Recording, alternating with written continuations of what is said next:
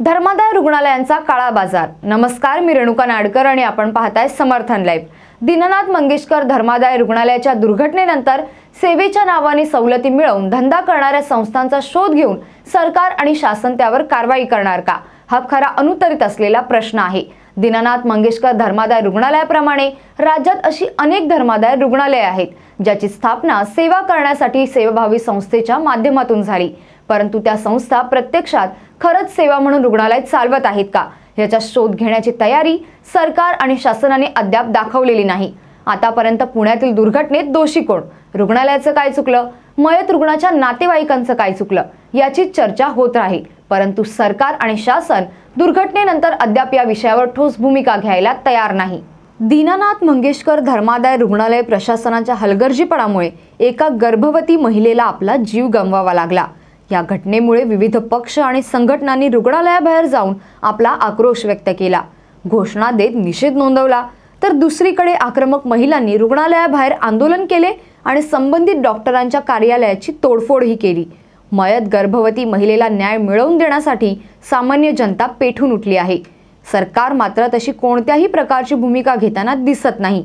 सामान्य जनतेने पाऊल उचलल्यानंतर सरकारला जाग येऊन त्यांनी चौकशीचे आदेश दिले, परंतु सरकार आणि शासन संपूर्ण राज्यात धर्मादाय रुग्णालयांमध्ये जो काळा बाजार सुरू आहे तो रोखण्याची हमी देत नाही। घडलेल्या घटनेबाबत सरकार केवळ हळहळ व्यक्त करत असून त्याबद्दल ठोस पावलं मात्र उचलली जात नसल्याचे चित्र आहे। सत्ताधाऱ्यांनी आम्ही कसे न्यायासाठी लढतो हे दाखवून दिले, तर विरोधकांनी घडलेल्या दुर्घटनेवरून सत्ताधाऱ्यांना धारेवर धरले। घटनेचे गांभीर्य न पाहता सत्ताधारी आणि विरोधक एकमेकांना टोले लगावत आहेत, मात्र यावर ठोस उपाय करण्याची त्यांची मानसिकता नाही। चौकशी अहवाल आल्यानंतर संबंधित रुग्णालयावर डॉक्टरांवर कारवाई केली जाईल असे सांगण्यात आले असले तरी ही केवळ एक याच घटनेशी संबंधित कारवाई आहे। राज्यात अनेक ठिकाणी अशा दुर्घटना सातत्याने घडत असताना त्यावर राज्य सरकार कारवाई कधी करणार?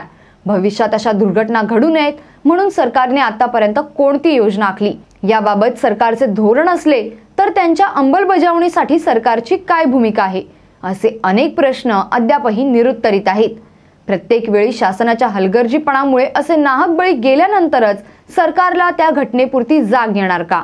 रुग्णालयांच्या हलगर्जीपणामुळे असे आणखी किती बळी जाणार, असे संतप्त सवाल सामान्य जनतेतून पुढे येत आहेत। राज्यातील आरोग्य, शिक्षण, रोजगार अशा मूलभूत गरजांचे 3-13 वाजले असताना राजकीय नेते मात्र पक्ष आरोप प्रत्यारोपात अडकले आहेत। सत्ताधाऱ्यांच्या विरोधात बोलणाऱ्यांवर, उपहासात्मक गाणे आणि टीका करणाऱ्यांवर जितक्या जलद गतीने कारवाई होते तितक्याच जलद गतीने अशा गंभीर दुर्घटनांबाबत तत्परतेने कारवाई का होत नाही? नागरिकांच्या जीवाशी खेळणाऱ्या आणि सवलती मिळवून धंदा करणाऱ्या धर्मादाय रुग्णालयांची राज्य सरकार कधी कसून चौकशी करणार?